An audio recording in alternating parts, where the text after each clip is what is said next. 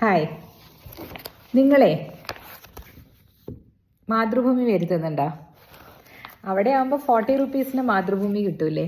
ഇവിടെ ഭയങ്കര വില കൊടുത്ത് ഞാൻ വാങ്ങിച്ചു ഇപ്രാവശ്യം ഇതൊന്ന് വായിക്കാൻ വേണ്ടിയിട്ട്.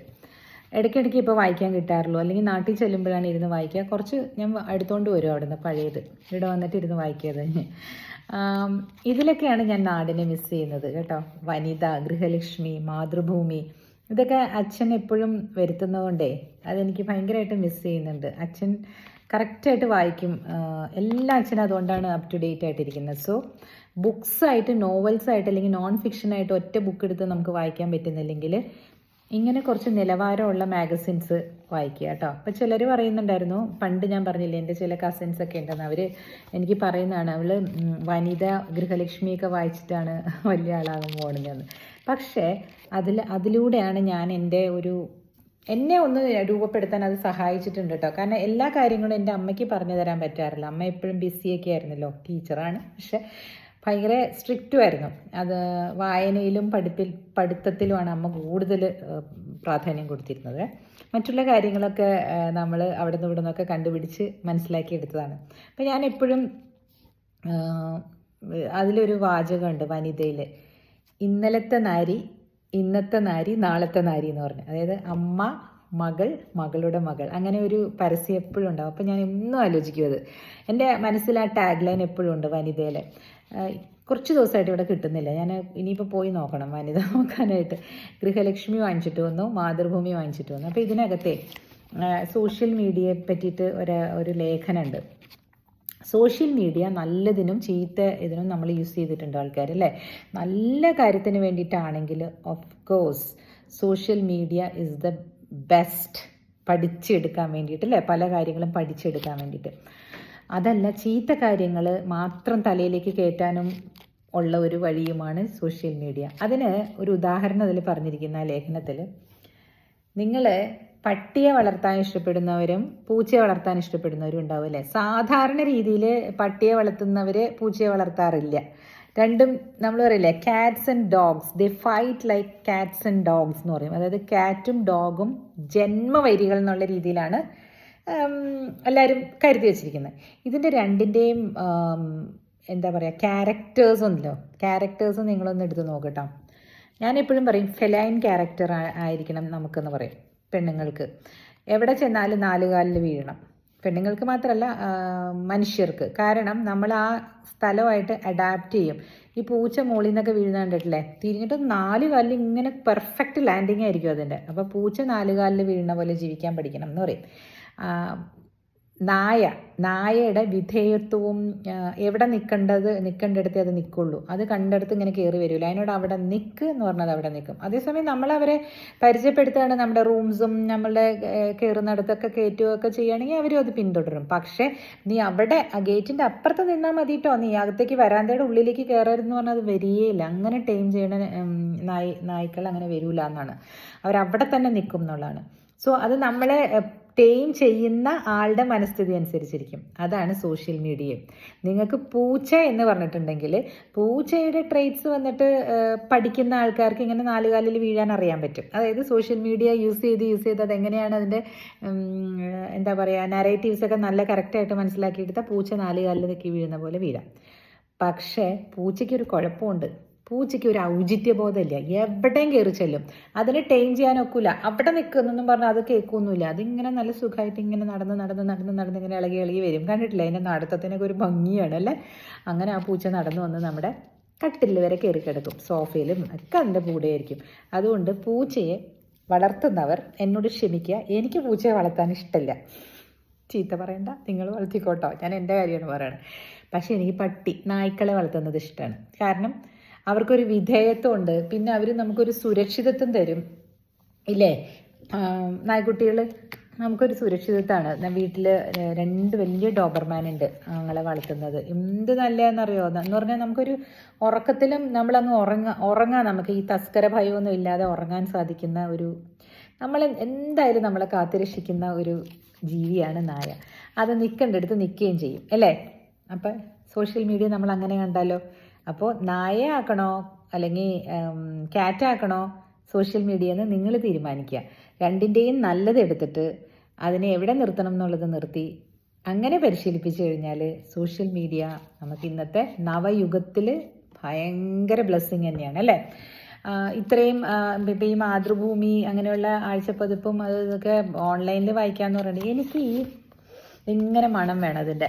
എനിക്ക് ഭയങ്കര ഇഷ്ടമാണ് പേപ്പറുകളും പുസ്തകങ്ങളും എന്നൊക്കെ. എനിക്ക് കൂടുതലും ഞാൻ പണ്ട് ആസ്വദിച്ചിരുന്നത് മ്യൂസിക്കാണ് ദാൻ ബുക്സ്. പക്ഷേ ഇപ്പോൾ ഈ മ്യൂസിക് ആ പഴയ 1890s മ്യൂസിക് മാത്രമായിട്ട് മാറിയ സമയത്ത് എനിക്കിപ്പോൾ കുറച്ച് ബുക്സിനോട് കൂടെ പ്രേമം തോന്നി തുടങ്ങി. പിന്നെ ഇപ്പോഴത്തെ പാട്ടുകൾ എനിക്ക് മൂളാൻ അറിയില്ല ഫസ്റ്റ് ഓഫ് ഓൾ. അതുകൊണ്ട് നമുക്ക് ചുണ്ടിലിങ്ങനെ വരുന്ന പാട്ടുകളാണ് നമ്മൾ ഇഷ്ടം എന്ന് നമുക്ക് പറയാൻ പറ്റുന്നത് അല്ലേ. പണ്ടത്തെ പാട്ടിൻ്റെ വരികൾ അല്ലേ, ആ പണ്ടത്തെ പാട്ടിൻ്റെ വരികൾ ചുണ്ടത്തെ തേൻതുള്ളിയായിട്ട് നിൽക്കും അല്ലേ. അതൊരു കൽക്കണ്ടം തന്നെയാണ്. അപ്പോൾ ഈ ഇടയ്ക്ക് എൻ്റെ അടുത്ത് ഞാനിങ്ങനെ ഒരു പോളിട്ട് എൻ്റെ ഇൻസ്റ്റാഗ്രാമിലിട്ട്. പക്ഷേ എല്ലാവരും എൻ്റെ ബുക്ക് റിലീസൊക്കെ ആയതുകൊണ്ട് എല്ലാവരും ബുക്സ് എന്ന് പറഞ്ഞു. ശരിക്കും പറഞ്ഞാൽ എനിക്ക് മ്യൂസിക്കായിരുന്നു ഏറ്റവും ഇഷ്ടം. ഞാൻ എല്ലാ കച്ചേരിക്കും പോകുമായിരുന്നു. മ്യൂസിക്കും ഡാൻസും അതിനോടനുബന്ധിച്ച സാധനങ്ങൾ. അതിനകത്ത് ആ പോളിൽ വന്നിട്ട് മ്യൂസിക് ഓർ ബുക്സ് എന്ന് മാത്രമേ എഴുതാൻ പറ്റുന്നുണ്ടായിരുന്നുള്ളൂ. അതുകൊണ്ട് ഞാൻ അങ്ങനെ ഇട്ടതാണ്. പക്ഷെ അതിന് രണ്ടിനും കൂടി ഇപ്പോഴും ഇടയിട്ട് നോക്കിക്കഴിയുമ്പോൾ എനിക്ക് പാട്ടും ഡാൻസും ആണ് കൂടുതലിഷ്ടം. അതും അവിടെ മദ്രാസിൽ പോയതുകൊണ്ട് ഭയങ്കര ഇഷ്ടമാണ്. എത്ര വില കൊടുത്തും ആ ടിക്കറ്റ്സൊക്കെ മേടിച്ച് ഞാൻ പോകുമായിരുന്നു. ഈ സമയം എനിക്കത് പറയാതെ വയ്യ. ഡിസംബർ മാർഗഴി മാസമാണ് കേട്ടോ. മാർഗഴി മാസം ആണ്ടാൾ രചിച്ച നമ്മുടെ വൈഷ്ണവരുടെ മാസമാണത്. ആണ്ടാൾ എന്ന് പറഞ്ഞിട്ട് എന്താ പറയുക, അവർ അതിന് പറയുമല്ലോ 108 ശിവാലയം, മറന്നുപോയി ഞാനത്, പിന്നെ പറയാം കേട്ടോ. അത് വായിച്ചു വെച്ചിരുന്ന മറന്നുപോയി. അപ്പോൾ മാർഗഴി മാസത്തിൽ ആണ്ടാൾ രചിച്ച തിരുപ്പാവൈ വന്നു. തിരുപ്പാവൈയാണ് എല്ലാവരും വായിക്കുക അവിടെ. ഓരോ ദിവസവും ഓരോന്ന് വായിക്കും മദ്രാസിൽ. എല്ലായിടത്തും ഇവിടെയൊക്കെ ഉണ്ടാവും കേട്ടോ. ചെന്നൈയിൽ മാത്രമല്ല, തമിഴ്നാട്ടിൽ അതാണ് വലിയ ഒരു എല്ലാവരും ചെയ്യുന്ന ഒരു റിച്വലാണ്. രാവിലെ തന്നെ അവരുടെ വീടിൻ്റെ മുമ്പിൽ ഒരു ചെറിയ മൺചിരാതിൽ വിളക്ക് കത്തിച്ച് വെച്ചിട്ടുണ്ടാവും എല്ലാ ദിവസവും രാവിലെ. മിക്കവാറും അത് ആചരിക്കുന്നവർ മാർഗഴി മാസം ഒരു പുണ്യമാസമായിട്ടാണ് കാണുന്നത്. മാസങ്ങളിൽ അവൾ മാർഗഴി, മാങ്ങയാണെങ്കിൽ ഇത് മൾഗോവ എന്നൊക്കെ കേട്ടിട്ടില്ലേ. മാസങ്ങളിൽ ഏറ്റവും ബെസ്റ്റ് മാസമാണ് മാർഗഴി എന്ന് പറയുന്നത്. നമ്മുടെ അവിടുത്തെ ധനുമാസം അല്ലേ. അപ്പോൾ ഇതൊരു വല്ലാതെ ഒരു നല്ല പ്രസരിപ്പുള്ള മാസം. അത് തണുപ്പിൻ്റെ ഒരു ആലസ്യത്തിൽ കിടന്നുറങ്ങാതെ ചെറിയൊരു ചിരാതൊക്കെ കത്തിച്ച് വെച്ചിട്ട് നിങ്ങൾ നിങ്ങളുടെ റിച്വൽസൊക്കെ ചെയ്യണം കേട്ടോ. ആരാണെങ്കിലും ചിരാത് കത്തിക്കാത്തവരാണെങ്കിൽ മെഴുകുതിരി കത്തിച്ച് പ്രാർത്ഥിക്കുന്നവരാണെങ്കിൽ അങ്ങനെ ഈ മാസം മുഴുവൻ അങ്ങനെ പ്രാർത്ഥിക്കുന്നത് നല്ലതാണെന്ന് പറയും. ഇവിടെ ഒരു ചിരാത് പോയിട്ട് ഒരു ഇത് കത്തിക്കാൻ തന്നെ പേടിയായി. ഇന്നലെ ഞാൻ മറ്റേ പുകയ്ക്കുന്ന സാമ്പ്രാണി കത്തിച്ച് വെച്ച് പുക വന്ന് സെക്യൂരിറ്റിയൊക്കെ ഓടി വന്നു. അത് കാരണം ഞാൻ നിർത്തി. എനിക്ക് കുറച്ച് സങ്കടമുണ്ട് അതിനകത്ത്. കാരണം അപ്പോൾ ഒരു നല്ല മണം തോന്നി. നല്ല മണം, എന്താ അതിന് പറയുക, വാസന. മണം എന്ന് പറഞ്ഞുകൂടാ, വാസന. ഭയങ്കര നല്ല വാസനയാണ്. പക്ഷെ അത് ഇവിടെ ചെയ്യാൻ പാടില്ല. അതുകൊണ്ട് ഞാൻ വേണ്ടാന്ന് വെച്ചു. സോ ഈ 2025 നമ്മൾ അടുത്ത് കൊണ്ടിരിക്കുകയാണ്. ഇനി 5-6 ദിവസമേ ഉള്ളൂ. ഞാൻ പറയുന്നത് 1-2 റെപ്പിറ്റീഷനായിട്ടുള്ള കാര്യങ്ങളായിട്ട് തോന്നുമായിരിക്കും. പക്ഷേ പണം എങ്ങനെയാണ് വിനിയോഗിക്കേണ്ടത് ഈ വരുന്ന ദിവസങ്ങളിൽ എന്ന് ഞാനൊരു വീഡിയോയും ചെയ്തിട്ടുണ്ട് കേട്ടോ. എന്നാലും അത് ഞാൻ പിന്നെ പറയാം. അത് അടുത്ത് തന്നെ വൈകുന്നേരം ആകുമ്പോഴേക്കും ഞാൻ അപ്ലോഡ് ചെയ്യാട്ടെ. ഇന്ന് ഞാൻ 2 ചെയ്തിട്ടുണ്ട്. ഇന്നലെ ഞാൻ ചെയ്തില്ലല്ലോ. 2-3 കാര്യങ്ങൾ എനിക്ക് പറയണമെന്നുണ്ടായിരുന്നു. ഇന്ന് MT വാസുദേവൻ നായർ അദ്ദേഹം അന്തരിച്ചു അല്ലേ. അദ്ദേഹത്തിൻ്റെ കൃതികളെ വെച്ച് നോക്കുമ്പോൾ അതൊക്കെ വായിച്ചിട്ടാണ് കുട്ടിയെടുത്തി അത് വായിച്ചിട്ടുണ്ട്. എപ്പോഴും അതിനകത്ത് ആ ഓപ്പോൾ എന്നൊക്കെ പറഞ്ഞിട്ടുള്ള കഥയും ഒക്കെ നമുക്ക് ഭയങ്കര ഹൃദയസ്പർശിയാണ്. പിന്നെ എന്താ പറയുക, പഞ്ചാഗ്നി അല്ലേ, അതൊക്കെ അദ്ദേഹം എഴുതിയതല്ലേ, സതയം. ഇതൊക്കെ നമ്മൾ കാണുന്നു, സന്തോഷിക്കുന്നു, രസിക്കുന്നു, അതവിടെ വിടുന്നു. അദ്ദേഹത്തിൻ്റെ പേഴ്സണൽ ലൈഫ് എല്ലാവർക്കും അറിയാവുന്നതല്ലേ. അതിനെപ്പറ്റി ഞാൻ ഒന്നും പറയുന്നില്ല. കാരണം നമ്മൾ ടൈപ്പ് കാസ്റ്റ് ചെയ്യാൻ പാടില്ലല്ലോ ആരെയും. അതുകൊണ്ട് പറയുന്നില്ല. വായനയിലേക്ക് എന്നെ അടുപ്പിച്ചതിൽ അദ്ദേഹത്തിൻ്റെ കൃതികൾക്ക് എന്നെ കേൾക്കുന്ന ഒരുപാട് പേർക്ക് അങ്ങനെ ഉണ്ടാവും. ഈ സമയത്ത് നമ്മൾ അദ്ദേഹത്തെ അനുസ്മരിക്കാതിരിക്കുന്നത് ശരിയല്ലല്ലോ. അതുകൊണ്ട് ഞാൻ പറഞ്ഞതാണ്. 91 ഇയേഴ്സിൽ അദ്ദേഹം നടന്ന് അങ്ങ് കലയവനികയ്ക്കുള്ളിലേക്ക് പോയല്ലേ. അദ്ദേഹത്തിൻ്റെ മകളെ അശ്വതി, മറ്റേ മൂത്ത മകളെ എനിക്ക് അറിയില്ല. അശ്വതിയുടെ ഡാൻസ് ഞാൻ കാണാറുണ്ട്. മദ്രാസിൽ അശ്വതിയും ശ്രീകാന്തും കൂടെ വന്ന് മ്യൂസിക് അക്കാഡമിയിൽ പെർഫോം ചെയ്തിട്ടുണ്ട്. കലാക്ഷേത്രയിലും ചെയ്തിട്ടുണ്ടെന്ന് തോന്നുന്നു. അപ്പോൾ ഞാൻ അതിന് പോകാറുണ്ട്. അപ്പോൾ ഈ മാർഗഴി മാസം എന്ന് പറഞ്ഞു വന്നപ്പോൾ ഞാനത് കലാകാരന്മാരെ ഓർത്തു പോവുകയാണ്. അവർക്ക് എപ്പോഴും എന്താ പറയുക, ഒരു വല്ലാത്ത ഓസ്പീഷ്യസ് ആയിട്ടുള്ളൊരു മന്താണത്. അങ്ങനെ അവർക്കൊരു പേഴ്സണൽ ലോസുമായി അല്ലേ ഇപ്പോൾ അവർ പോകുന്നുണ്ടായിരിക്കില്ലായിരിക്കും. ഇനി എന്തെങ്കിലുമൊക്കെ പെർഫോമൻസ് ഒക്കെ ഉണ്ടാവാതിരിക്കില്ല. അവർക്ക് ഇഷ്ടംപോലെ ഈ സമയത്താണ് മദ്രാസ് ഇങ്ങനെ മ്യൂസിക്കും ഡാൻസും ഒക്കെ ആയിട്ട് ശബ്ദപൂരിതമായിട്ടിരിക്കുന്നത്, എപ്പോഴും ശബ്ദമുഖരിതമായിട്ടിരിക്കുന്നത്.